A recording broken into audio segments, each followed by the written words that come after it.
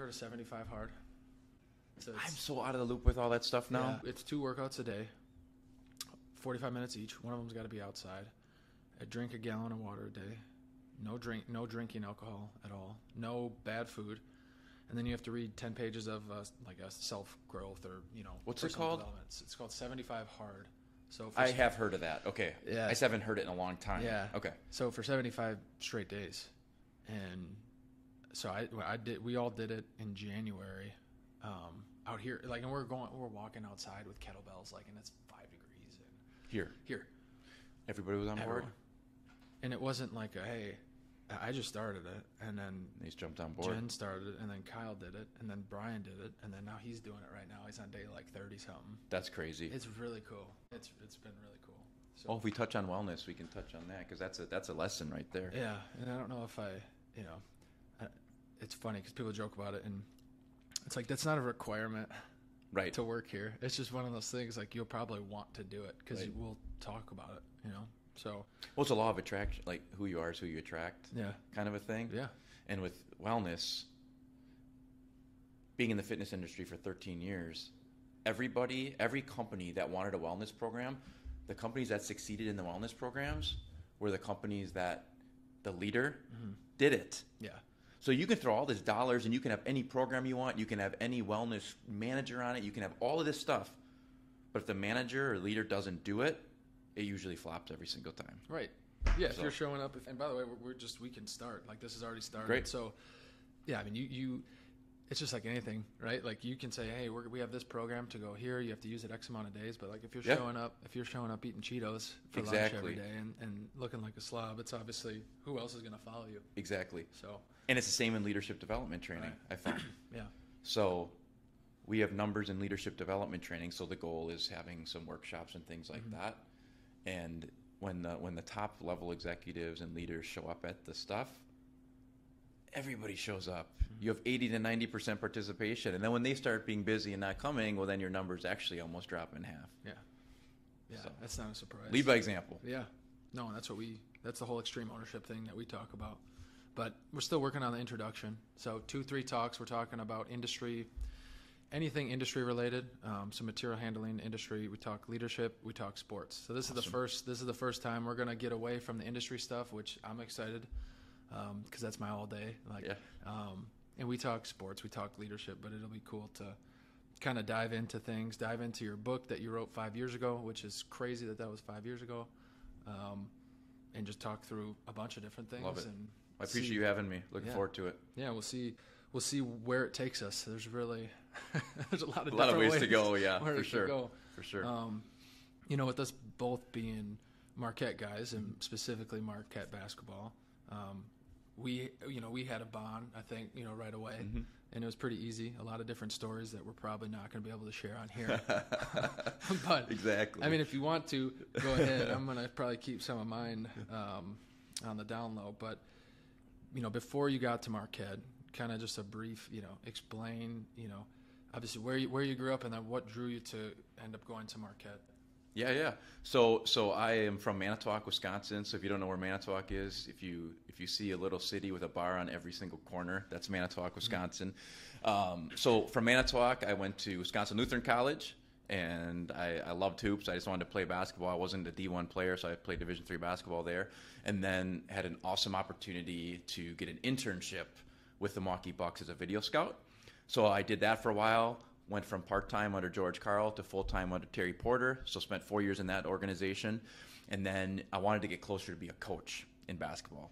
And a mentor of mine, Jim Boylan, said, if you want to really get closer to coaching, I highly recommend that you move on maybe from video and go into college. So Jim Boylan and Tom Crean were, I think, grad assistants under Judd Heathcote and worked with Tom Izzo at that Michigan State connection. And then so Coach Boylan helped connect me to Tom Crean. Spent some time at Marquette as a coordinator of basketball operations. 2 years there, University of Utah, director of player development, and then started a family, made a big pivot to the Wisconsin Athletic Club in the fitness industry I spent 13 years. And then most recently during COVID, then pivoted out of the health and fitness industry, really going all in on leadership development training at the company I'm at now. So my own company and then ETE Reman. Yep. So. Yeah, and I'll kind of just touch on a few different places that you stopped or, Awesome. where you were. So, going back to Marquette, I went to South Dakota for the first 2 years. And, grew up, and I thought I was very disciplined and worked really hard. And even in college, my first 2 years, it was way different than high school. We worked extremely hard. That's what I thought at the time. Mm-hmm. And then all of a sudden you get to Marquette, and Buzz worked for Crean, and there's some very similar in ways and different in other ways. But in terms of practices and work ethic and leadership, you kind of walk in and I was surprised in a good way and in a bad way. For sure. Because you can't. There's people say no days off. It's like there's no second off, because you'll stand out, and you don't want to be that guy. For sure. So from a leadership standpoint, from a work ethic standpoint, I mean, I guess what did you pick up on, as soon as you got into Marquette? Because I'm assuming you kind of things were different there. Mm-hmm. The pace was probably different. Big difference. So going from the NBA to Division I college basketball, Tom Crean, you might think, okay, it's going to get easier because you're going maybe a step down in the basketball level. But my takeaway is, I always think of the leaders you've worked for in your life, and think of which ones pushed you the hardest. And I think of Tom Crean. I'm like, in the moment, some days I was miserable. I did not want to show up at the Al McGuire Center at all. But then you look 15 years, you blink your eye and it's gone. And then you look back and you think of what leaders helped you the most in your life. Mm-hmm. Guess who they are? Right. They're the people who pushed you the hardest. So I think my biggest takeaway is for people that are in the moment of like pain and suffering and challenge and difficult things right now, it's like, you know what? That moment right there might help you be the best person you're going to possibly be into the future. So that was my big takeaway. So it's going from maybe like 6 to 7 hour days in the NBA to 7:30 in the morning till 9:30 at night in college.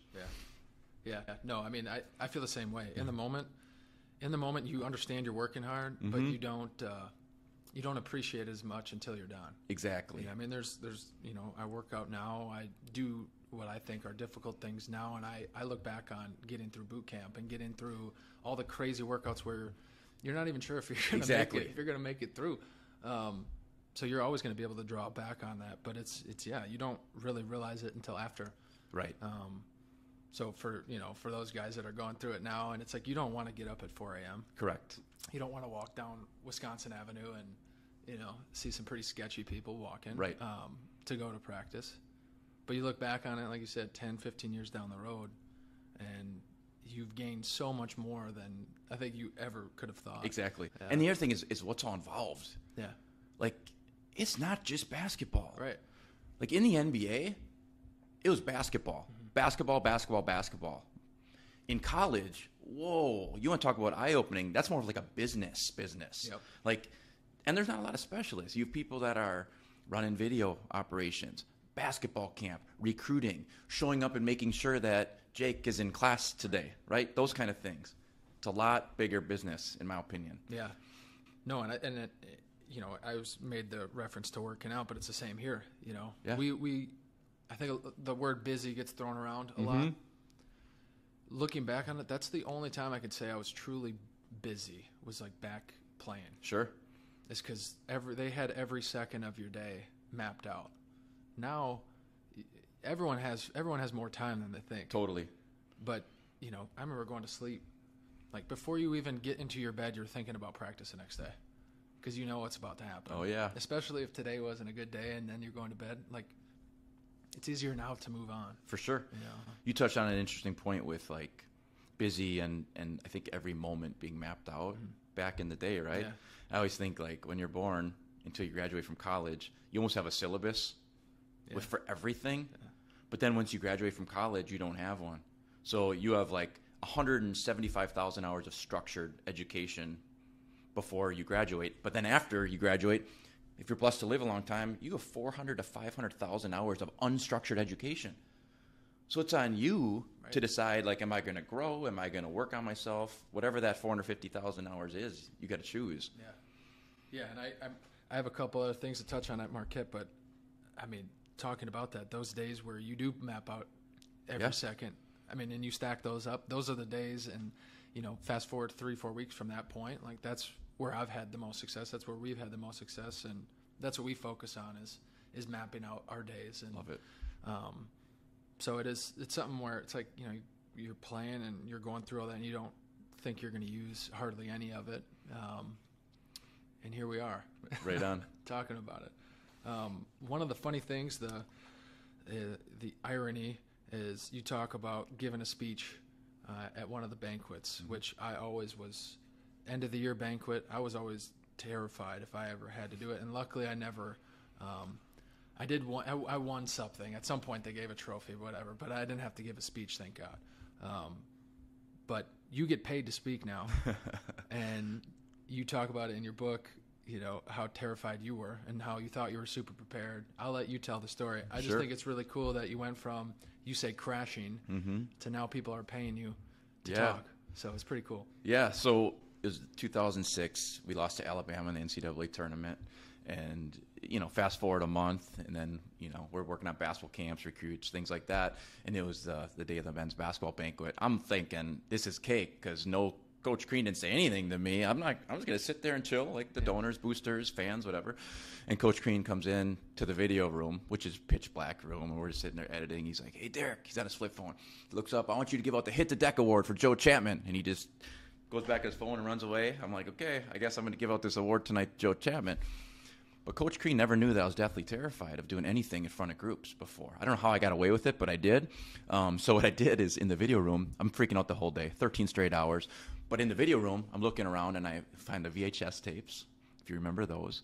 And I find the men's basketball banquets out of all things in that room. So I'm like, thank goodness. So I'm looking for the Hit the Deck Award, what the previous coaches said, memorized everything word for word. 13 hours goes by, 7:52 p.m. sharp, I'm at the banquet, and my name gets called up.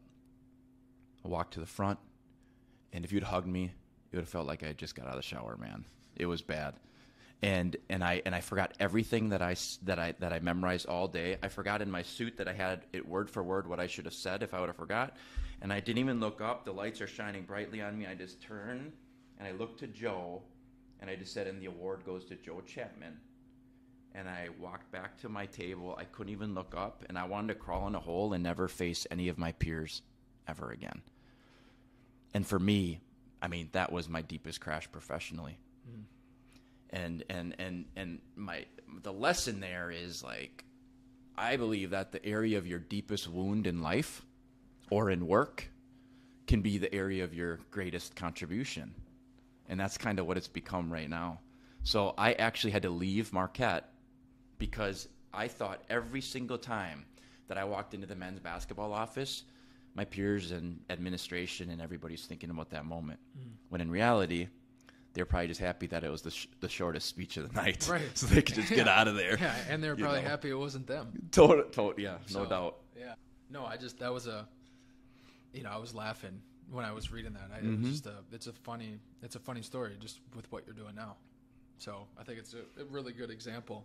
One of the areas of the book that you bolded, which you bolded it for a reason, but it's from Tom Crean. It says, if your confidence doesn't start matching your quality of work, you'll never be a head coach. And for me, like, that applies to everything. It doesn't matter if you're, trying to be a head coach or you're trying to be whatever, get a promotion or be whatever, because normally the time it's you put in the work, you chip away, your confidence gets up.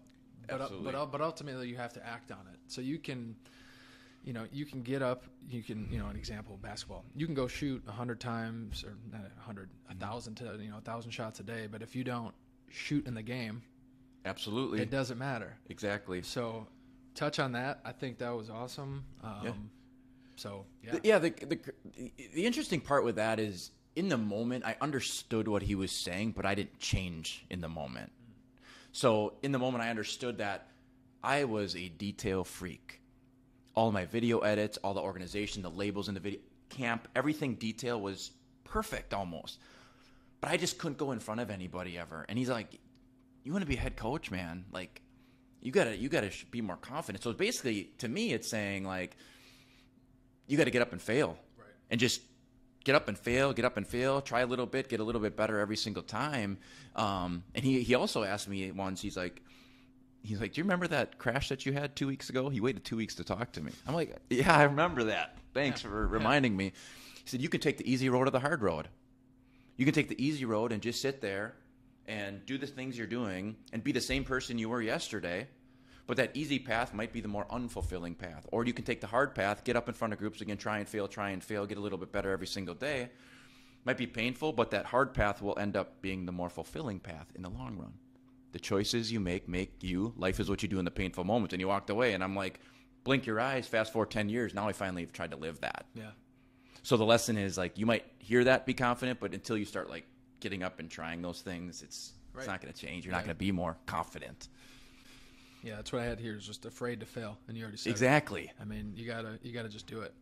I mean, transitioning to after Marquette. So you leave Marquette, you go to Utah.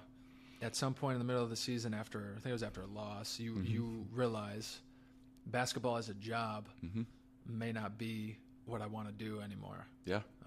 Which is, for anyone who's been doing it and is in the industry, like, you spent a lot of time growing up, playing, to all of a sudden have that realization. And I think there's probably a lot of people now that they're stuck, and maybe it's not their passion, and sometimes it's obvious, but it's the only thing that they have. So for you to kind of make that pivot and that transition away is pretty cool. I mean, it's a cool story. Appreciate it. Yeah. It was hard. I'm going to tell you right now, my identity was basketball.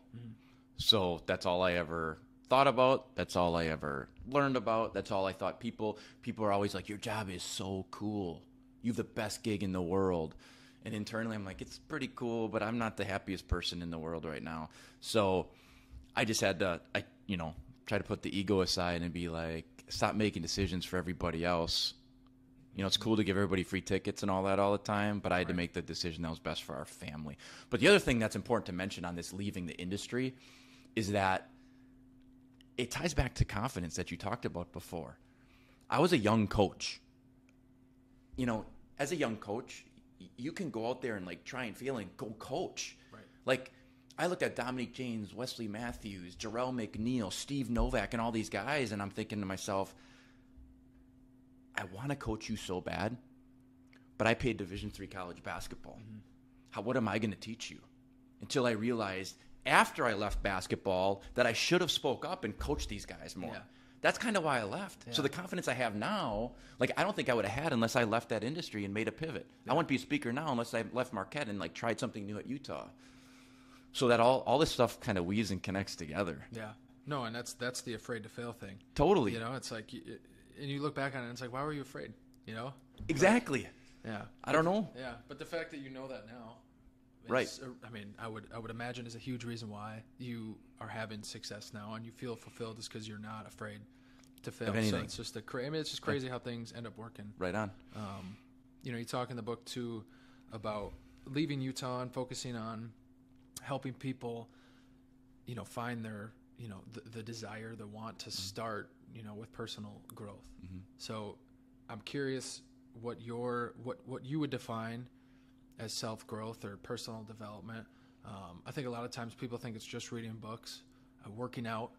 I mean, literally, I have my own, way that I think of it. Right. But I mean, you are the expert in this field. So I'm just curious if you have one single definition on it, or if it's kind of a culmination of a lot of things. Yeah, my definition of it really ties to self-leadership, like personal growth, self-leadership. I really blend together because when I teach leadership, I believe the foundation of leadership is leading yourself.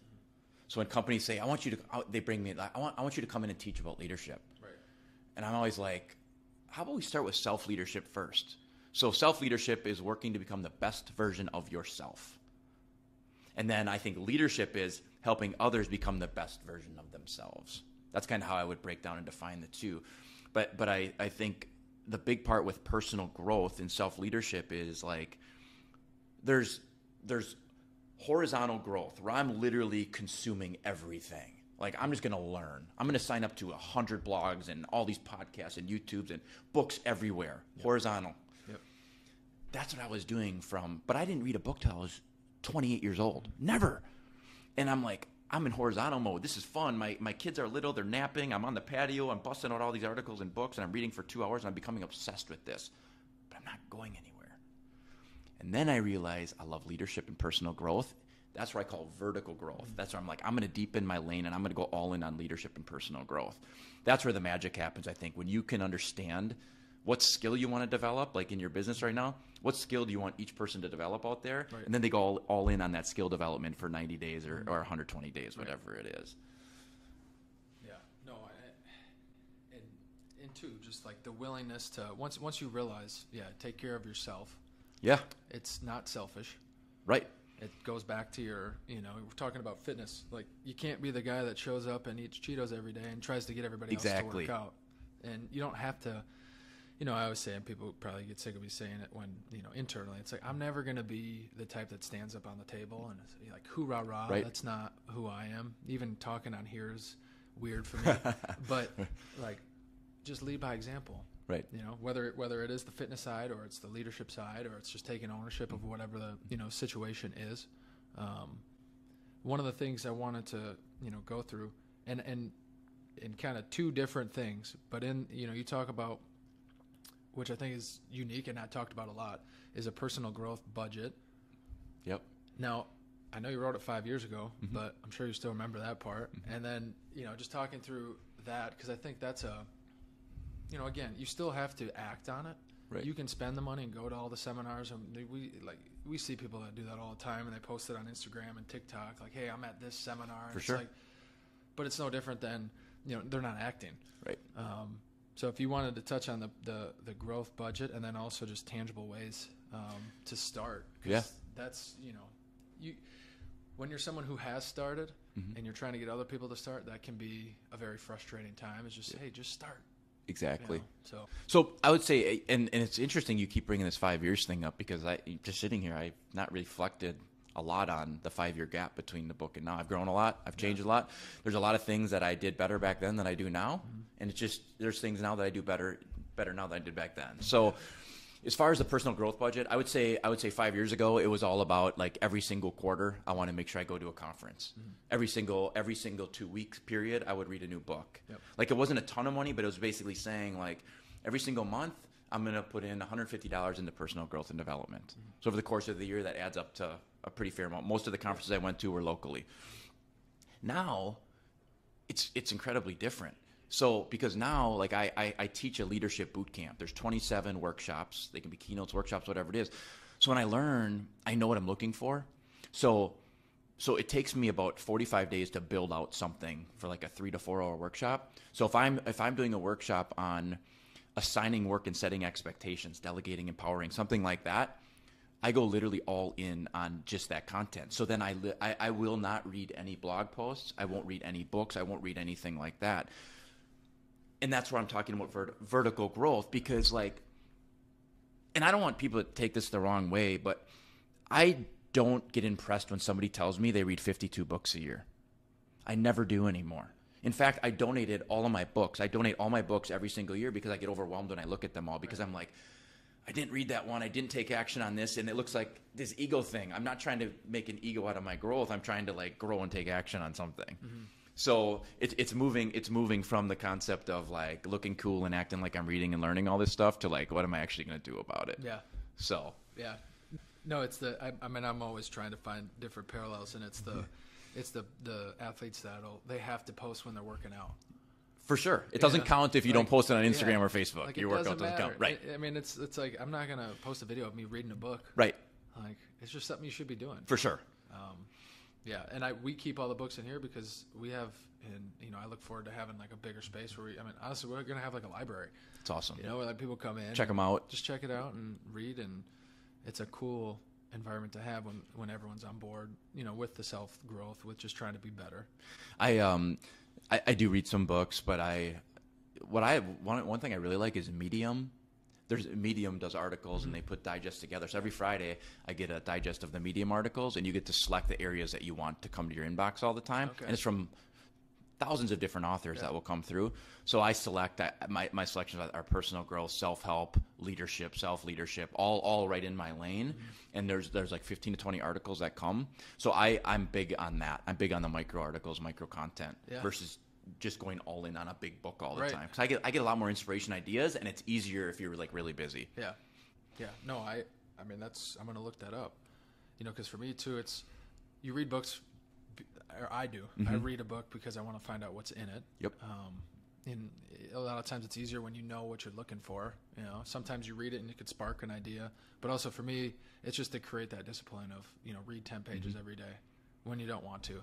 So but doing it that way, I like that idea. You just touched on a really big point too. Like you said when you're reading, it sparks an idea. I think about it. How many times are you reading a book and you have an idea that has nothing to do with the book? Almost every time. Or you go listen to a speaker and you listen and you're like, oh my gosh, I have a whole page of notes on something that's not even on the topic. Right. The lesson is take time to be alone and reflect too. Right.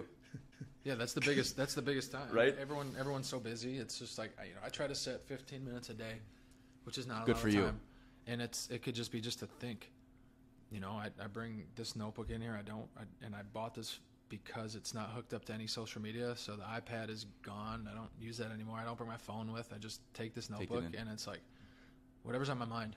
And it's most of the time something comes out of it, but there are some times where it's like I'm thinking about like I'm gonna go play basketball with my son at 4:30 or whatever. Like sometimes it's not anything that. Or go to the coffee shop with all three of your kids, you did the other day. Yeah, like sometimes it doesn't move the needle in a way that you think, but just taking that time. Right on.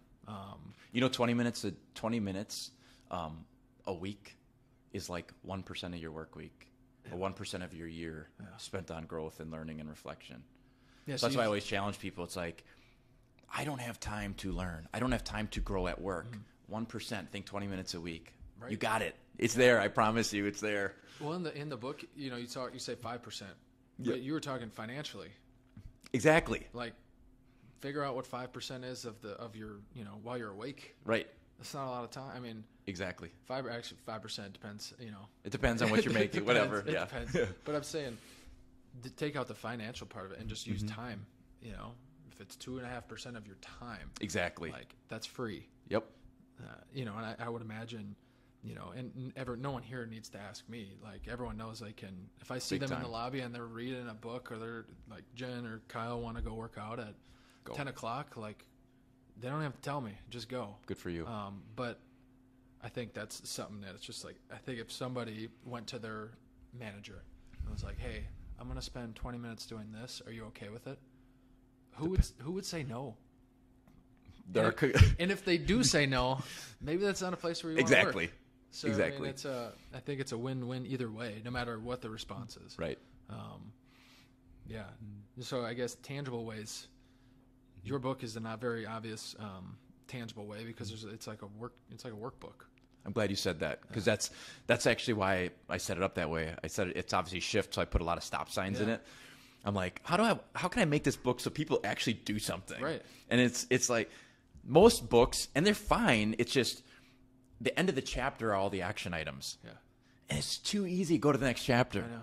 And people, when they get my book, they're like, "Thank you so much. I'm gonna read this in 2 days." I said, "You're probably not." I said, "Then you're not gonna do the work." You shouldn't. It's not a book that you read in 2 days. It isn't, and here's why. And you talked about personal growth and like what does it mean to me? And I said, working to become the best version of yourself.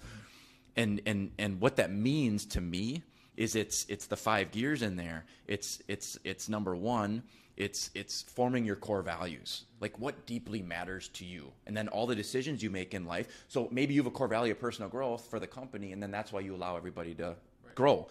The second thing is it's basically pursuing personal growth. So you have this foundation, and you can grow off of that now. Number 3 is vision. What's your preferred future? Where are you going? And making sure like the values of your own and the values of 2-3 Solutions are aligned. Yeah. The vision of 2-3, the vision of yourself is aligned. And then gear 4 is flow. I'm an acronym dork. It's follow the APE formula. That's the middle, right? So the beginning is the values, the end is the vision, the middle is the hardest part. The beginning's not the hardest part. Everybody says the beginning is, it's not. Once you start, you're not going anywhere. Right. So attitude, passion, and execution are the middle. And then the last one, you touched on it in a different way, but I call it work-life fusion. Mm-hmm. That was the last. Okay. That was one of the last notes. Integration, man. Yeah. Yeah, because everybody wants to talk about work-life balance, and it's this magical thing, and it's like, no, you have to. And we talk about just being authentic. Mm-hmm. That's kind of what I think of being like, be the same person at home and at work. It makes work-life balance Love it. a lot easier. So yeah, that was one of the put a rectangle around it so I wouldn't forget it. But I mean, if you want to go into more detail on Absolutely. that, personal values, work values, fusing them together. Yeah, right on. So I love when you Google something, you look up the search engine hits on it. So if you look up work-life balance, it's going to be different every single day, but there's like 1 billion hits on work-life balance. Billions and billions. It's unbelievable. So people are looking for it. People are trying to find cool podcasts, videos, YouTubes, anything to find work-life balance. And then I'm like, okay, well, if nobody has work-life balance, is that even what we're striving for? So somebody said when I was on vacation at Disney years ago, and they're like, when I got back, you must have had the best work-life balance that week. I'm like, actually, I didn't. Balance is an even distribution of weight. Yeah. Well, at Disney, it was all family and not eating healthy. Mm-hmm. Nothing with fitness, nothing with work, anything, no conferences, no learning, nothing like that. That's not balance. So I'm like, there's a different way to look at this. It's work-life fusion, where it's basically like thinking about what deeply matters to you, your work values, your personal values, and like they're weaving and blending together.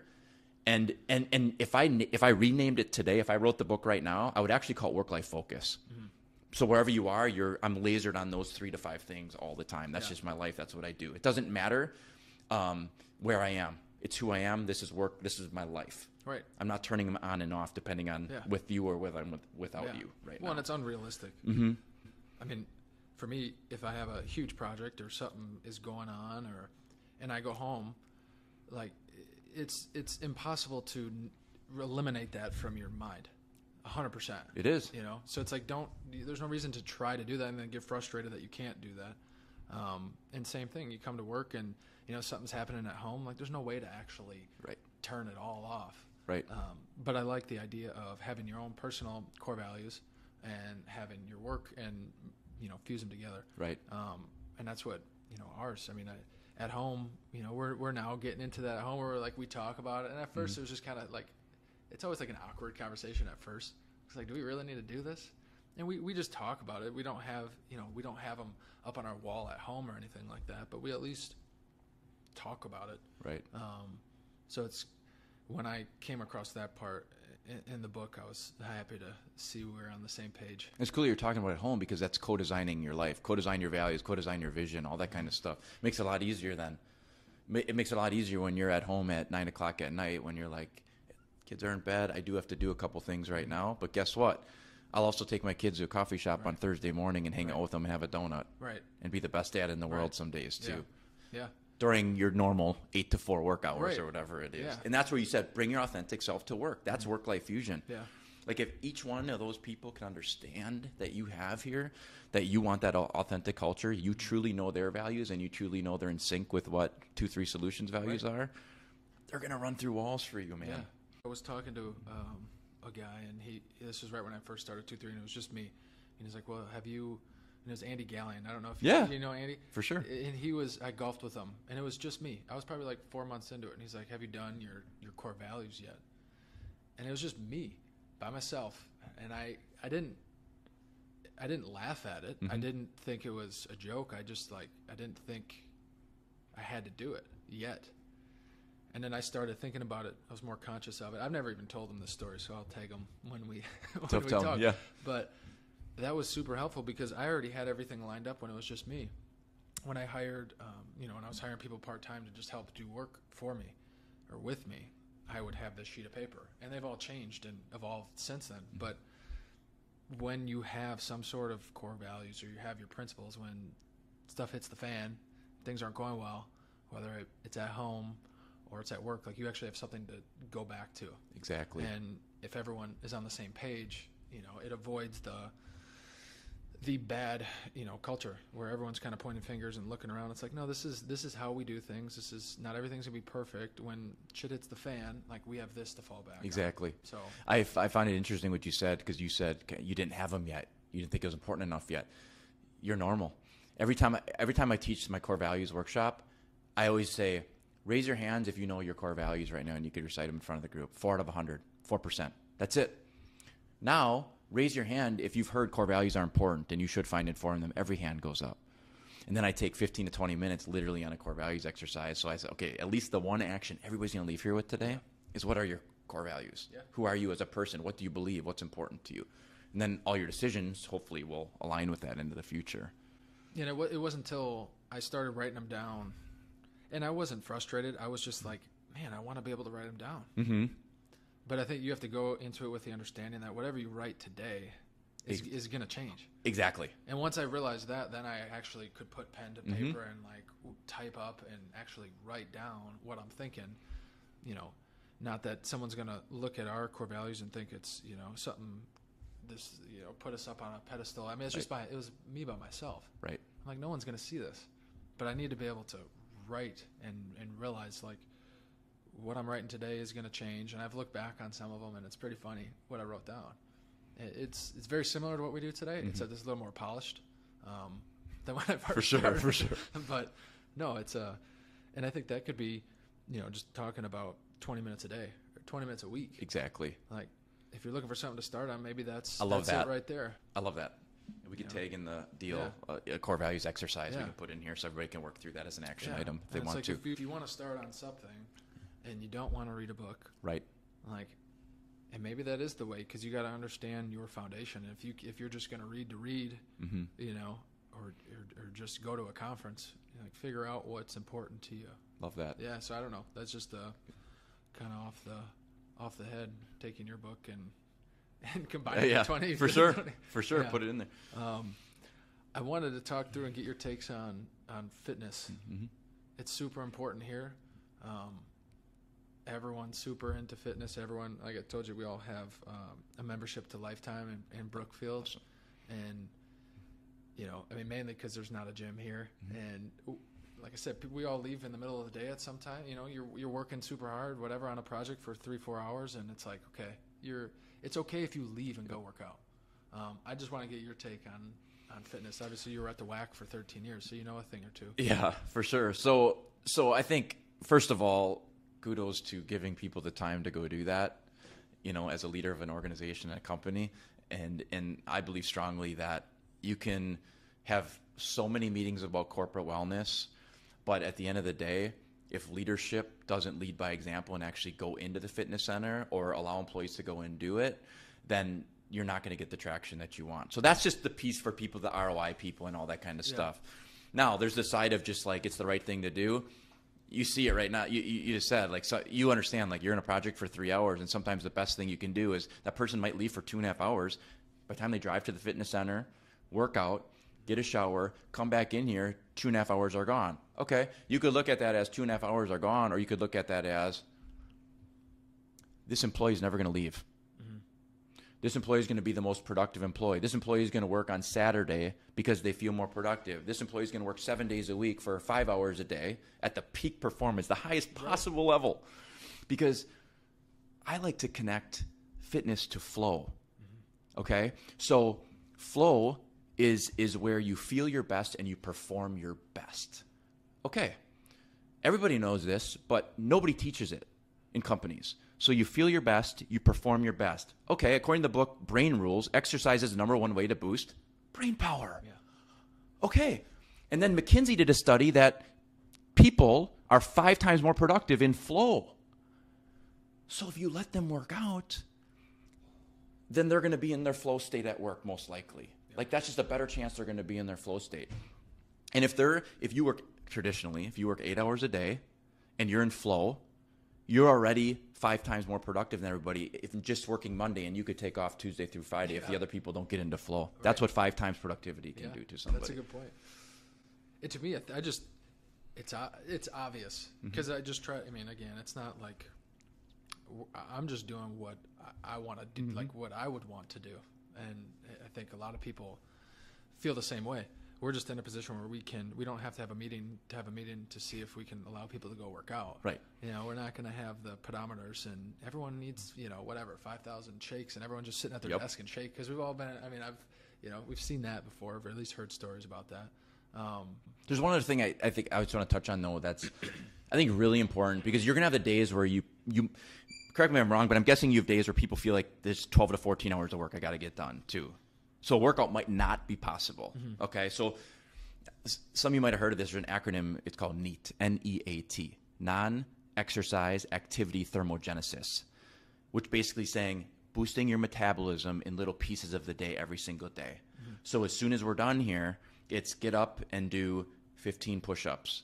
It's get up and go take a walk. So what I try to do on the days where it's really hard, and even days where I'm maybe not as crazy busy, is I try to take 4 segments of 10 minutes where I go into some room and I do 100 repetitions of something. So it could be 10 body weight squats, 10 knee raises, 10 pull-ups, 10 side lunges, 10 RDLs, 10 dips, and then you get to 100 repetitions. Your 10 minutes is gone. You walk back to your desk, and then by the end of that day, you at least did, if I do it 4 times, that's 40 minutes of activity. I'm just stressed out that I get my workout in every day. Right. So it's when you're on your phone, you're walking. When you're in a building, you're taking the stairs, not the elevator. That's what it is. And it's when you go to Lifetime Fitness, don't complain that there's no parking spots available. You're like, oh, it's okay. I'm parked far away. I'm walking. I'm going to the gym anyway. That's it. Yeah. Okay. I always walk in and I see the race to get to the front parking spot at the gym. That was my pet peeve. Like, what are you doing? Yeah. There shouldn't even be a parking spot there. Leading a gym for 13 years, that was one of the biggest complaints we got. It was, your parking lot is too small. I have to park too far away. For people that don't have any disabilities. Yeah. And I don't ever say it. I'm like, you empathize with them. But at the end of the day, you're here to work out. I park, and it's not, I don't want to be that guy. Mm-hmm. So I park in the back every time. Good. Just because I want to be as far, I don't want to associate myself with people that pull into that front parking spot and like, you see it. For sure. They actually get mad if, they don't get that one spot that's next to the handicap spot. So The other thing is sleep. Yep. So 99.9% of corporate wellness programs have to do with food and exercise, maybe a little bit with water, maybe a little bit with stress management. Very few of anything to do with sleep. On average, most leaders get fewer than 6 hours of sleep a night. According to Harvard, if you have less than 6 hours of sleep a night, you function like you're drunk at work. So you can tie and connect all these dots together. And if you're functioning like you're drunk at work and are sleep deprived, your error in what you do goes up like 125%, according to a study. Yeah. So it's like, don't underestimate the power of sleep. So some companies do things where they track sleep. I forgot what company this, I think is Aetna. It was every time an employee got 7 hours of sleep, they got like a $1 bonus. So at the end of the year, they just got this random, $365 bonus because they slept 7 hours a night for 365 straight days. So are just fun ways to do sleep. Yeah. Yeah, I don't think I'd get a bonus. There you go. And it's not a, it used to be, I would think, and I would never post about it or anything like that because you'd always see people, oh, no, I got 4 hours of sleep. It doesn't matter. Like, what are you doing what are you doing during the day? Mm-hmm. I'd say I'm closer to that now because I understand. Good. Like, I'm reading and doing more, like, I'm understanding that. And it's not it's not like I'm busy just to be busy. There's a lot going on. We got 3 little kids, and it's not like I'm up every single night working. Most nights, yes, but when you got kids crawling into your bed, and it disrupts the sleep cycle. It's hard to get 7 hours of sleep. But no, I mean back to the fitness thing. Here, it is really cool to just be able to do that during the day, and I look forward to us having our own building where we can have our own space. And have our own workout space. And I think it would need to, we've set a pretty good standard having all the stuff at Lifetime, so we'd have to make it legit. We couldn't just put like one little treadmill in there and then nix the Lifetime stuff. But no, And the other thing too is like, you guys have it great with Lifetime and all that, but as a person that's ran a gym for a long time, I'm a big gym advocate, but also at my house, I have 2 15-pound dumbbells. I have a band. I have an ab wheel. I have a yoga mat. I have a foam roller. I have a chirp wheel if you've watched Shark Tank before. I have the most basic stuff. Yeah. And it's really about making the time and sacrifice and having a manager that believes in people making the time and sacrifice versus it being like, I have all this cool stuff. Maybe the cool stuff will get you in there, but to be consistent over the long haul, it's going to be somebody who makes the time and sacrifice in the long run. Yeah, you can have all that. You can have the Peloton, the Peloton, you can have all that at home.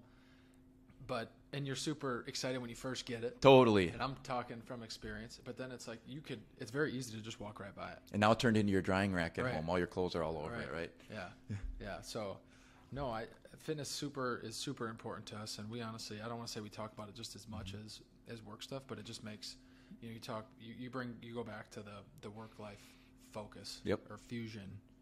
A lot of the stuff that we do in our personal is fitness. So Great. it's like fusing it all together, just to us makes sense. And we're figuring it out as we go. But no, when we were in the coffee shop and I saw you the other day, you said you're working on something. Oh, yeah. I wanted to know if you wanted to talk it through or if that's a comeback another time. Yeah, so I'm working on a new concept. I'm not going to say book. My wife will kill me if I say book because she knows when you say book, it means a lot of effort and work. It just takes it to a whole nother level. But there's this concept that just came to me on an airplane flying home, and it's this concept of microleadership. It's the opposite of micromanagement. So a lot of times when the word micromanagement comes up, nobody likes it. It's nails on a chalkboard. It's totally somebody over your shoulder telling what you to do, asking, micromanaging every little part of your job, all that kind of stuff. Whereas microleadership is really the opposite of that. It's a leader that maybe somebody doesn't know. It's not Mother Teresa. It's not LeBron James. Mm-hmm. It's you. It's me, right? It's somebody that's in that corner office that actually gets out of their office and goes and like connects with all the people. It's that leader that's actually finding the leaders that don't believe they're leaders yet. Mm-hmm. So it's the small, tiny actions that you do every single day on a micro level. So it's turning big thought leadership, delegating work, assigning projects, having emotional intelligence, tackling your top priorities at work, increasing emotional, all this kind of stuff. It's taking all that and taking it right on the surface onto the micro level as much as possible. Mm-hmm. I don't care what your position or rank is. Yep. So that's what I'm really starting to develop right now, and I'm super pumped about it. Yeah, heck yeah. I mean, and when you get, you'll probably write a book on it. Probably. So when you do, we'll come. It's been 5 years. You reminded me it's been 5 years today, so it's time to get rocking on that next one. But no, I mean, this was awesome. And if there's anything else you want to touch on, feel free. But I think there's one thing. Yeah. We talked on values. We talked on all this kind of stuff. It's success. Yes. Okay. So I just want to touch on question success. I sent to you. I didn't even ask you the question. Right. Yeah. So defining success, I find that to be easier now. Okay. So in my book, I define success as living my ideal life right now. Like right now. In this moment, I'm living my ideal life right now. And how it's changed over the last 5 years, it's really changed into living my ideal life right now, but helping other people do the same thing. Mm-hmm. So it's like, I feel like almost my 30s was all about, I guess kind of selfish. It was about me. Mm-hmm. And then my 40s, I'm trying to shift this thing, pun intended, right? And make it about helping others live their ideal lives right now. So that is great, but I met with my mentor 2 weeks ago, and by the way, we waited 2 years to meet. Don't ever wait 2 years to meet with somebody who you love and who you respect and trust. So I waited 2 years. We got together. Hi, how's it going? The big hug and all this kind of stuff. Within 2 seconds, how do you measure success? And you think like, oh my gosh, I teach a lot of things and do this. I don't have the answer yet. Yeah. So that's something I'm really noodling on right now. Yeah. How am I really measuring success? Mm-hmm. So that's the question I want people to take home. And I think if anybody, I'm learning and growing just like everybody else. Mm-hmm. And that's an area I'd love to get some help in as well. Yeah. No, I love how that was the question that I bolded and asked you to talk about. And I didn't ask you about it. So That's great. I appreciate you doing it. I mean, I like in the book you talk, or you have John Wooden's. Yeah. And at the end of the day, his was just, you have the you wake up with self-confidence. Mm-hmm. Like you wake up with the understanding that you're doing what you should be doing. It's based effort. on your hard work. His whole thing is 100% effort, right? Yeah. So I like that one. Because when I first started, I mean, in the industry, it's like, I'm just trying to make as much money as possible. You can measure it, right? You have a certain dollar amount you want to reach, but then it's just like, there's so many other factors. Exactly. And then once you start adding people to the team, and then it's about them and like their success, and then you don't even so it's really cool how it shifts almost every couple months. Mm-hmm.